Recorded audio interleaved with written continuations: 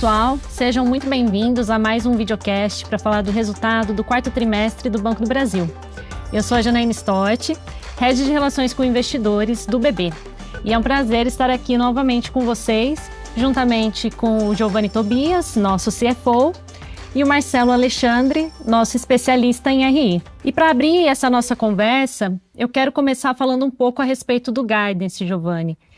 Foi um ano desafiador, né? Mas como a gente pode ver aqui na tela, nós alcançamos todas as ranges, né? Estivemos dentro de todas as ranges, com exceção do agronegócio, e aqui muito em virtude do ambiente de risco e das medidas, né, que a gente veio tomando ao longo do ano para controle da inadimplência.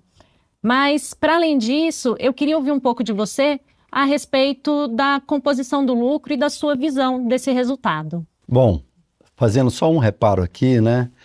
Quando ela fala, né, que nós praticamente batemos quase que tudo no guidance, é importante lembrar que em 2025 nós tivemos 3 guidances. Quando nós anunciamos no início do ano o que nós tínhamos como melhor expectativa e previsão para o ano de 2025, nós não imaginávamos o que aconteceria em termos de resultado e principalmente de provisão com a implementação da 4966 e também o avanço da inadimplência no setor do agronegócio. E foi por isso que nós suspendemos o guidance para a gente poder dar um freio de arrumação e entender exatamente o que estava acontecendo, o que era reflexo. Então tivemos aquele momento de aprofundar e de estudar, entender e trazer para o mercado ali, na divulgação do semestre, o que seria então o nosso guidance, a nossa melhor visão para todo o ano de 2025. E aí, por último, a gente terminou ali mais ou menos em novembro, fazendo um outro ajuste, principalmente na linha ali do risco, da perda esperada, das provisões. Então, quando a gente olha o resultado deste ano, sem dúvida alguma, é um resultado que demonstra principalmente, não só uma transparência nossa, de chegar e falar para os investidores, olha, tem alguma coisa acontecendo, a gente vai entender direitinho e a gente vai voltar para vocês e vai falar o que está acontecendo e aonde a gente acha que nós vamos caminhar. Mas também uma resiliência, um compromisso e uma disciplina na execução da nossa estratégia para que a gente então estivesse hoje chegando e falando para vocês, guidance aqui que nós praticamente ficamos dentro de todas as linhas, exceto ali na questão do agronegócio, ele foi fruto de muito trabalho. Então, e agora indo diretamente para a resposta da tua pergunta, né? Se a gente puder então agora ir para a próxima lâmina. Essa lâmina eu acho que ela é muito emblemática, porque nós vimos ali desde 2023 numa toada de resultados crescentes, de uma rentabilidade extremamente competitiva, atrativa. A gente estava entregando ROIs, né? Retorno sobre patrimônio líquido acima de 20%. Lucros trimestrais ali na faixa acima de 9 bilhões de reais. E aí quando entra 2025, esse nosso retorno sobre o patrimônio líquido cai para 16,7%. Foi ali que a gente chegou, opa, alguma coisa está acontecendo. Por que está tão fora do que nós esperávamos? Nós sinalizávamos 2025, está entregando um lucro ali na faixa de 40 bilhões de reais. Provisões na faixa de 30 e poucos bilhões de reais. Então foi nesse momento que a gente olhou, alguma coisa está acontecendo, vamos então fazer o que a gente precisa fazer. E aí é que ficou claro para nós. Então, sem dúvida alguma, eu acho que estes números aqui, eles refletem não só uma coragem de enfrentar e olhar, mas ao mesmo tempo uma capacidade de executar o nosso plano estratégico e focar naquilo que efetivamente nos ajudaria a atravessar esse momento de ajuste. E falamos isso desde o início. 2025 está sendo um ano de ajuste. Atingimos 3,8 bilhões de lucro no segundo TRI, praticamente 3,8 bilhões também no terceiro TRI. Viemos com várias iniciativas na pessoa física para ajudar a trazer mais margem com clientes para enfrentar o avanço do volume de provisões. E no agro especificamente, chamando não só o governo, mas também o Banco Central, conversando com toda a nossa rede, chamando os clientes para virem conversar conosco, renegociar, explicar o que estava acontecendo. E aí a gente termina o ano, então, no quarto trimestre, com um lucro de 5,7 bilhões de reais, que eu considero que é um lucro que já demonstra uma inflexão dessa tendência de redução de valor, e conseguimos entregar um retorno sobre o patrimônio líquido de 12,4% no quarto trimestre. E se eu falar para vocês que não foi fácil, porque se o investidor parar para pensar, ao longo de 2025, só em resultado foram 60 bilhões de reais de provisão. E se eu somar as provisões que nós fizemos no patrimônio líquido logo quando da implementação da 4966, eu ultrapasso 80 bilhões de reais. E aí eu pergunto para vocês, qual instituição financeira no Brasil seria capaz de enfrentar um desafio dessa magnitude? Nunca na história do Banco do Brasil nós tínhamos enfrentado, de registrar 80 bilhões de reais de provisão e mesmo assim terminar com um lucro de 20,7 bilhões de reais. Um retorno sobre o capital de 11,4%. E isso, Giovanni, eu acredito que só tem relação com um balanço de um banco robusto. Sim. Né?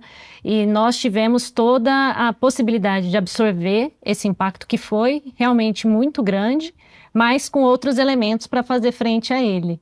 Né? Então a gente tem uma margem financeira que vem dentro daquilo que a gente esperava, mesmo nesse contexto de agravamento maior. A gente tem receita de prestações de serviços que também sustentam um patamar de resultado, ações de eficiência, e tudo isso corrobora para que a gente tenha a possibilidade de fechar o ano apresentando um lucro de 20 bilhões, mesmo num cenário de maior volatilidade. Esse é um ponto interessante, né? Porque a gente começou o ano, todo mundo vai lembrar, com as taxas de juros sendo aumentadas. Isso aumenta o custo de captação. Isso aumenta o preço do crédito. E nós sempre tivemos esse DNA voltado para a pessoa física no consignado. Então, só nos restava efetivamente enfrentar o desafio que estava vindo do setor rural, mas ao mesmo tempo olhar onde que temos oportunidades para trazer mais receita, para poder, de certa forma, buscar neutralizar. É difícil neutralizar. Se fosse possível neutralizar, estaríamos aí com lucros perto dos 40 bilhões. Mas foi importante para evitar uma queda ainda maior. Você ia falar alguma coisa? Não, eu ia, Giovanni, acho que do ponto que você destacou, principalmente a dinâmica que você recapitulou bem assim, né, do que a gente teve ao longo do ano, acho que para além do que foi enfrentado, acho que o como também é muito importante. Você tangenciou bem, né? A gente teve 3 versões de guidance. Na segunda, quando a gente já retomou as ranges que tinham sido colocadas em revisão, a gente veio com uma queda bastante considerável. A gente foi bem realista com o mercado, né? Trazendo ali a magnitude do que a gente conseguia enxergar no momento. E como você pontuou também, acho que um cenário dessa magnitude de volatilidade, ele demandou um segundo ajuste, mas esse segundo ajuste ele veio predominantemente, pelo que a gente discutiu até em outras oportunidades, de eventos que aconteceram ao longo do terceiro trimestre, né, que foi quando a gente fez a revisão. Né, então teve casos específicos, teve a questão do agro agravada por um volume adicional das recuperações judiciais, então tudo isso impactou a questão de custo de crédito e quando eu digo como assim, você ir pontualizando e balizando, usando o guidance como instrumento de balizamento para o mercado de maneira transparente ao longo de um ciclo desse, é algo que eu acho que é realmente difícil de achar paralelo no mercado.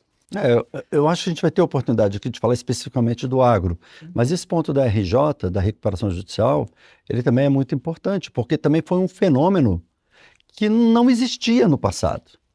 Né? Por isso que é um enfrentamento que nós tivemos para esse setor sem paralelo algum. E graças à liderança da primeira mulher presidente do Banco do Brasil, da Tarciana, ela conseguiu passar para nós não só confiança, mas também coragem, para a gente poder estar buscando as melhores soluções para que a gente pudesse preservar o acionista Banco do Brasil, manter a fortaleza do nosso balanço e plantar sementes para, olhando para frente, uma geração de resultado mais sustentável, uma vez suplantada toda essa dificuldade do setor do agro. E Giovanni, eu acho que, pegando o gancho, né, de tudo que você colocou como a tua impressão do trimestre, fica evidente quando a gente olha o guidance, o maior agressor veio de custo de crédito, você explicou, né, a gente teve vários movimentos aí impactando essa linha que teve impacto grande no lucro do trimestre e do ano. Seria interessante a gente ouvir de você, né, explorar um pouco a composição, os movimentos, o que aconteceu ao longo do ano, até porque assim, quando a gente olha mesmo na versão do guidance revisado no terceiro trimestre, que já estava ali, a gente publicou em novembro, se eu não me engano, a gente acabou fechando não no meio da range, um pouco mais para o topo, né, no 62 bi. Explorar um pouquinho, né, para a nossa audiência, do que justifica isso, como que você vê e o que compõe essa dinâmica que a gente viu no trimestre. Eu vou até botar assim, um pouco a mão na cabeça, porque se você me perguntasse assim, qual foi a maior dor de cabeça que a gente teve em 25? Foi o custo do crédito, não tem como. Claro que já todos os bancos, isso vale para todos no setor, a implementação dessa 4966, dessa nova resolução, para harmonizar as práticas contábeis brasileiras aos padrões internacionais, ela valia para todos os bancos, não é? Não poderia ser diferente para o Banco do Brasil. O que não estava no script, sem dúvida alguma, era um setor que vinha de anos, né, de alguns anos, com margens super potentes, com um nível de inadimplência muito baixo, de repente ele começar a soluçar e apresentar dificuldade de cumprir com seus compromissos financeiros. E aí, quando a gente tenta entender aonde que está sendo formada essa provisão, a gente puxou até aquele gráfico de barras ali à direita, esses 19 bilhões de risco de crédito que foi feito ao longo do quarto trimestre de 2025, 56% veio do agronegócio. A notícia boa é que nós conseguimos, sim, abrir uma oportunidade para os clientes sentarem com o Banco do Brasil e renegociar. E foi isso que permitiu, com a medida provisória 1314, que foi permitindo, então, nós delimitarmos aonde que estava o risco, permitir, então, para esses clientes, bons pagadores, mas que estavam em dificuldades financeiras, ampliar esse fluxo de pagamento, dando uma aliviada, trazendo esse alívio para o fluxo de caixa deles, esse respiro. E a gente acredita que com essas medidas que nós colocamos, a gente então começa a trazer, não é que eu vou trazer para um patamar que era do passado, mas buscando trazer um pouco mais de normalidade. Estabilizar, né? Estabilizar, exatamente. Bom ponto. E estabilizar essa inadimplência. Estamos na expectativa de 26 de termos novamente uma safra recorde. Então, assim, você tem produto, você tem preço. Hoje a margem no campo continua positiva. Eu estou falando aqui no geral. Você pode ter um caso específico de uma cultura A, B, C ou D, ou eventualmente algum evento climático em alguma região, como aconteceu lá no sul, por exemplo, com aquelas enchentes. Mas olhando o Brasil como um todo, e o Brasil é continental, e são vários produtos agrícolas que nós financiamos, a gente acredita que de 26 em diante a gente consegue então trazer mais essa normalidade, esse fôlego para o agricultor. Giovanni, e eu acho que a gente, enfim, cobriu bastante a respeito do custo de crédito, como a inadimplência evoluiu ao longo desse ano. E aí eu quero trocar um pouco de tema, né? Eu acho que as nossas conversas aqui estão parecendo um pouco das reuniões que a gente tem tido. A gente tem falado 80% do tempo é custo de crédito, é agro, mas eu acho que a gente tem um destaque bastante importante no top line do banco, né? E nesse ponto, eu queria que a gente discutisse um pouco a margem financeira bruta, que teve um desempenho bastante bom, né? A gente, mesmo num contexto mas de maior pressão no risco, a gente manteve uma margem estável no ano. E eu queria discutir contigo um pouco desses componentes da margem. Esse é um bom ponto, Jana, porque nós estávamos enfrentando aquilo que eu já falei, já fui até cansativo talvez falando isso, mas tínhamos que continuar executando a nossa estratégia. E tínhamos sido muito claro assim de focar no crescimento da carteira de pessoa física, que é aquela que traria mais margem para nós e nos ajudaria, então, a amortecer o impacto do aumento do risco. E quando a gente olha para esse gráfico aqui, não é? Vocês podem até pensar, mas você manteve a tua margem estável na visão ano. Mas o que é importante é a gente olhar dentro dessa margem, aonde que a gente cresceu. E ali, quando você olha o que nós fizemos para crescer a nossa margem com clientes, eu saí de 81 bilhões ali em 24 para 91 bilhões, foram 10 bilhões de reais que eu adicionei à minha margem com clientes. E isso foi fruto direto de negócios que nós fizemos com os nossos clientes. E isso é muito importante. E aonde que a gente cresceu? A gente focou principalmente no novo consignado privado. Nós já tínhamos anunciado essa nossa aspiração estratégica ali em 2024, que precisávamos ter a nossa participação de mercado, que nós consideramos como legítima do Banco do Brasil, no segmento de consignado privado, que nós não tínhamos, a gente praticamente começou do zero, nós sempre fomos muito fortes no consignado do setor público, e começamos a trabalhar isso daí. E tivemos a oportunidade, no início de 25, com um novo programa do governo, via Ministério do Trabalho, para oferecer esse consignado privado. Ali, para nós, se abriu uma oportunidade.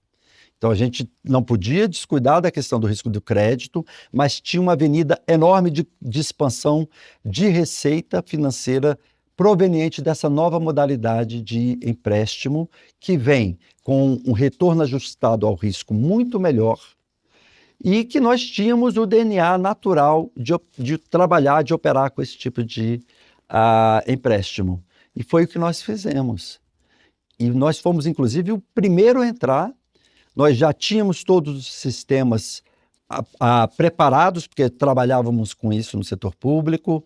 Nós já tínhamos toda uma metodologia, ampliamos e melhoramos a nossa metodologia, porque quando a gente fala do crédito do trabalhador, eu tenho que olhar não apenas aquele trabalhador, o quanto que ele está ganhando no lerite dele, mas também o risco do empregador.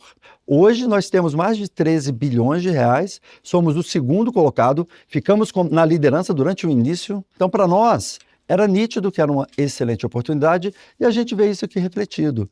E o reflexo disso também está aí nessa margem com clientes. E é importante, Giovanni, porque assim, você destacou alguns pontos interessantes, e a gente falou isso até nos outros temas, né? Mas foi um ano de um framework de regulatório diferente. Então você teve mudanças em accrual de juros, você teve coisas que impactaram a margem. E eu lembro até que na primeira versão do Guidance que a Jana começou, que ela apresentou, e você falou, né, da primeira versão que a gente tinha de margem, tinha um crescimento implícito considerável, que o mercado até tinha um certo ceticismo de que seria atingido, mas a gente tinha a clareza de que ia acontecer esse movimento que ia ajudar ao longo do ano, né, uma aceleração do crescimento da margem. E todo esse contexto negocial, né, que você colocou, acho que deixa claro que não fosse as outras situações que a gente enfrentou, teria sido uma performance até em linha com aquela primeira versão, né? Sem dúvida alguma. E isso também é importante trazer aqui, para a gente olhar nessa margem, aí falando da margem como um todo, né? Nós temos aqui o resultado do Patagônia, que é um outro também que ajudou até, foi um detrator, né? Porque nós vimos com um efeito do Patagônia na nossa margem, principalmente ali na tesouraria, na margem do mercado, perdão, trazendo resultados expressivos ali em 23, 2023, 2024, já agora em 2025, caiu bastante. Se nós buscássemos isolar aí, nossa margem teria, na realidade, crescido 1%. Nós sabíamos desse potencial do crescimento no varejo. Nesse contexto de diversos moving parts, né? Se de um lado você tem a inércia de uma taxa que eleva a liquidez também, então a captação ajuda, mas do outro você tem o contexto de Patagônia, todo o contexto negocial, então assim, manter a margem virtualmente estável em 25 em relação a 24 realmente é uma conquista bastante relevante. É notável, vale a pena a gente destacar isso daqui, sem dúvida alguma. Giovanni, e aqui continuando a falar do top line, né, um outro elemento bastante importante foram as receitas com prestação de serviços.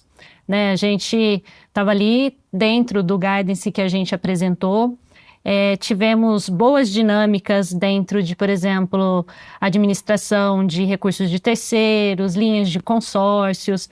Então, isso traz uma complementariedade bastante importante do nosso resultado.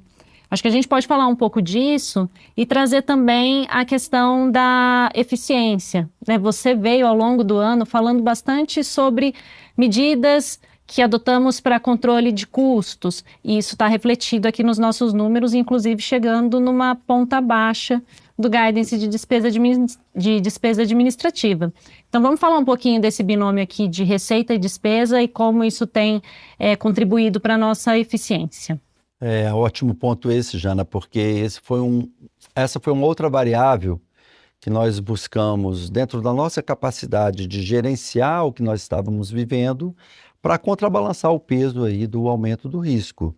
Então, assim, em primeiro lugar, relação à prestação de serviços. Se você olhar aqui, você vai dizer, mas você caiu 1,9% no ano. Primeiro que não são comparáveis, porque a partir de 2025, com a nova regulamentação, muitas receitas de serviços que nós contabilizávamos aqui, eu acho que a mais emblemática eram aquelas receitas com operações de crédito, nós tivemos que tirar daqui, reclassificar e jogar na margem financeira. E diferida, né? Antes ela vinha aqui na cabeça. Ao longo de todo o período de vida do empréstimo, né?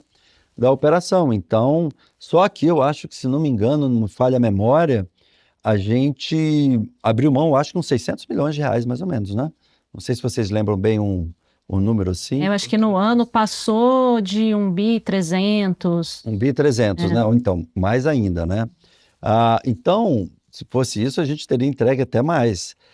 Aqui nessa linha de receita de prestação de serviço, sem dúvida alguma, o destaque é os nossos negócios de fundos de investimento, a nossa asset contribuiu e muito com as nossas receitas de serviços. Todas as empresas ligadas, de certa forma, contribuem aqui. Nossos negócios com cartões, a nossa BB Consórcios, somos o líder absoluto.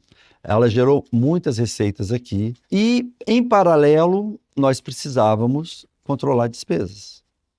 Então, assim, você tem um impacto de aumento de despesas aqui, fruto do próprio reajuste salarial da categoria, que isso foi para todo mundo, foi mais de 6%, se não me engano, o reajuste salarial, mas a gente conseguiu entregar aí praticamente uma despesa administrativa estável, né? Quando você olha na visão trimestral. E na visão anual, um crescimento de apenas 5,1%. Só que aqui nós fizemos muitos investimentos em tecnologia. Estamos fazendo ao longo desses últimos anos, né? Então você tem aqui despesas de depreciação, você tem algumas outras despesas de processamento de dados, cada vez mais o cliente usando as nossas plataformas eletrônicas, digitais, o nosso app, e tudo isso aí traz mais despesa. Investimento que fizemos em nuvem. Então, tem o próprio movimento de aceleração digital do Banco do Brasil. Então, você teve inúmeras iniciativas.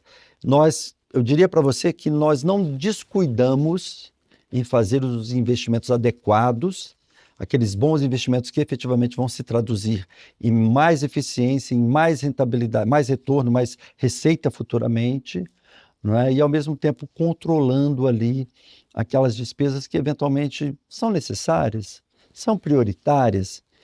Estamos passando por um ano de ajuste, então vamos dar uma controlada. E eu acho que os números refletem isso daí. Um índice de eficiência de 27,7%, se não me engano, é o melhor índice da indústria financeira.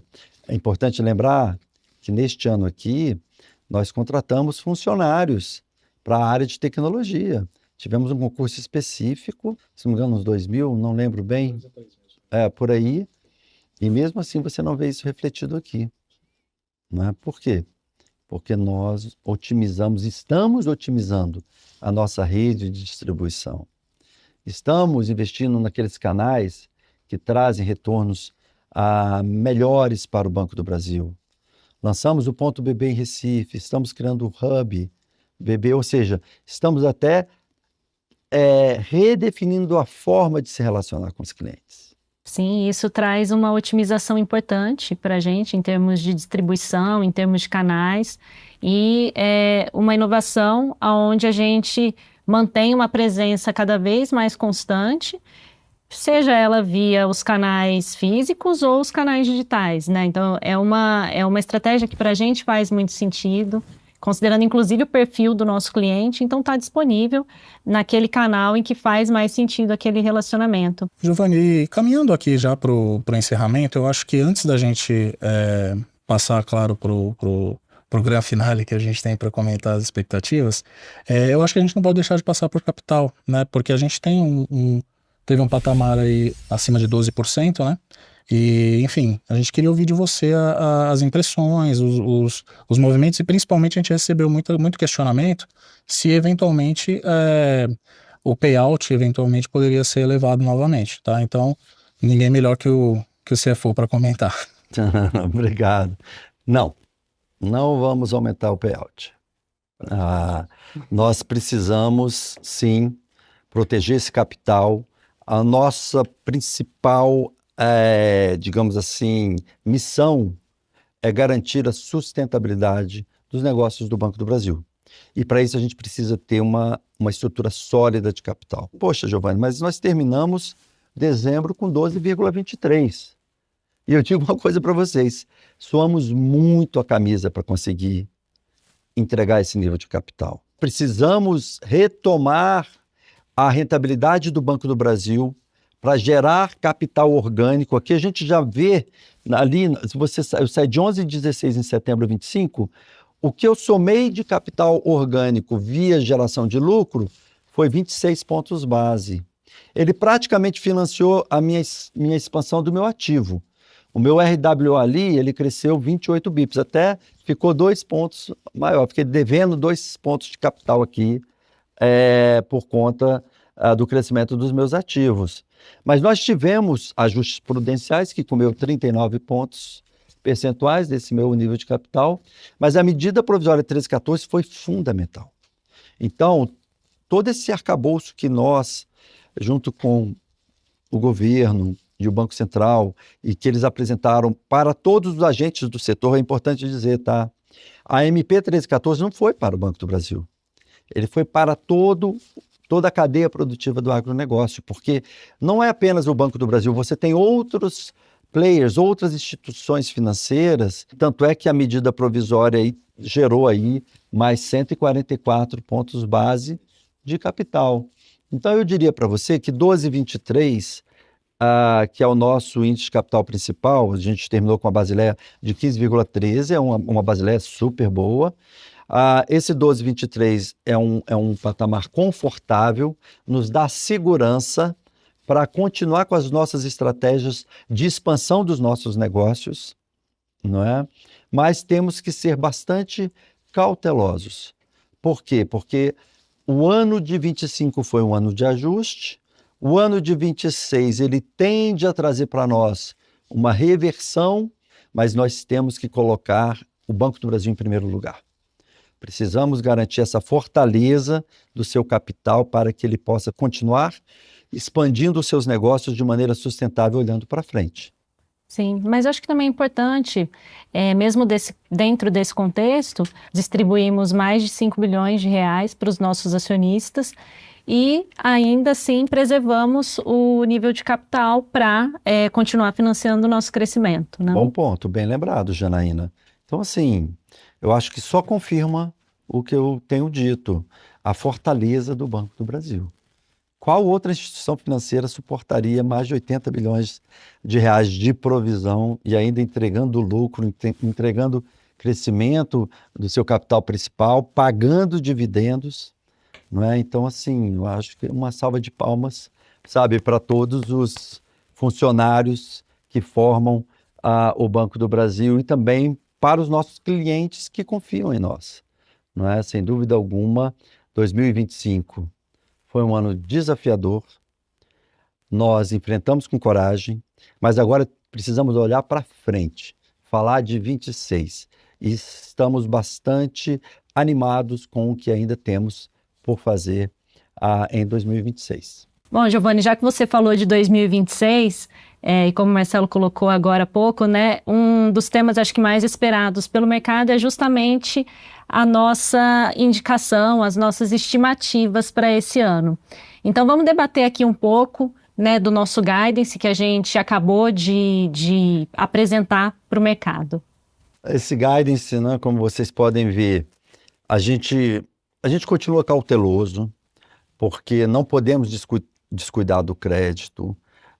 Então você vê ali que o custo de crédito ele continua ali pressionado. Nós entregamos em 25, 60 bilhões. 62 bilhões, obrigado.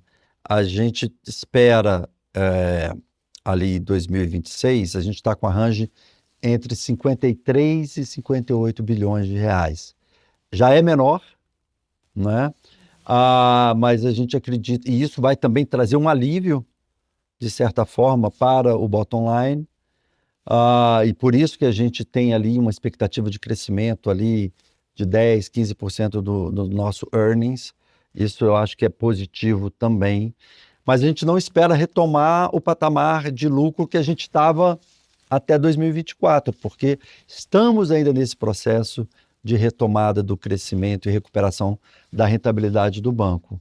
E aonde que a gente acredita que vai nos ajudar a fazer essa retomada? Sem dúvida alguma, na carteira pessoas físicas. O crescimento do crédito, apesar da tão esperada redução de taxa de juros no país, ele ainda, a gente vai crescer de uma maneira cautelosa. No caso das pessoas físicas, a gente espera crescer sim, entre 6% e 10%. Se não me engano, a estimativa da Febraban para o mercado como um todo é um crescimento de 8%. Então a gente espera crescer até eventualmente mais.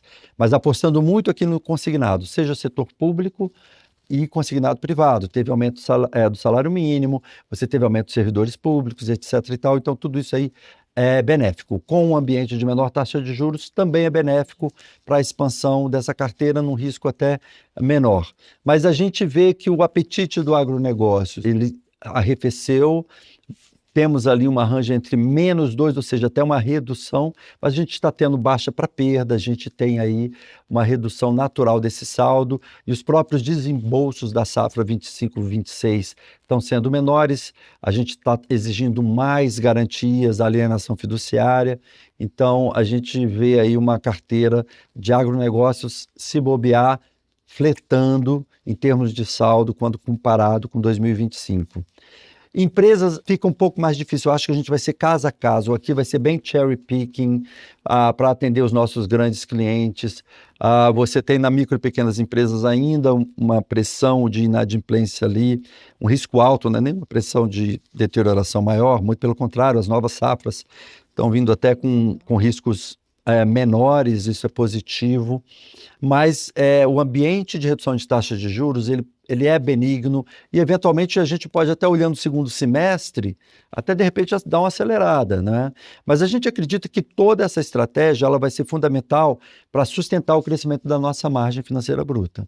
Então, o nosso guidance, a gente espera crescer essa margem financeira bruta entre 4% a 8%, a depender muito aí de como se comporta a economia, a dinâmica dos diferentes setores com o início da redução da taxa de juros. A gente está esperando ali os cortes começarem a partir de março. Então, eu diria que o segundo semestre tende a ser um semestre mais pungente do que o primeiro semestre. O primeiro tri nosso ainda vai ser limpando o rescaldo ali do agro, tá? Em termos de receitas de prestação de serviços, é o crescimento dos nossos negócios das ligadas. Aqui você tem novamente cartões, você tem novamente consórcios, a nossa Asset e outras empresas que também nos ajudam aqui a gerar esses resultados. Um controle forte das despesas administrativas. Este ano vai ser renegociação salarial novamente.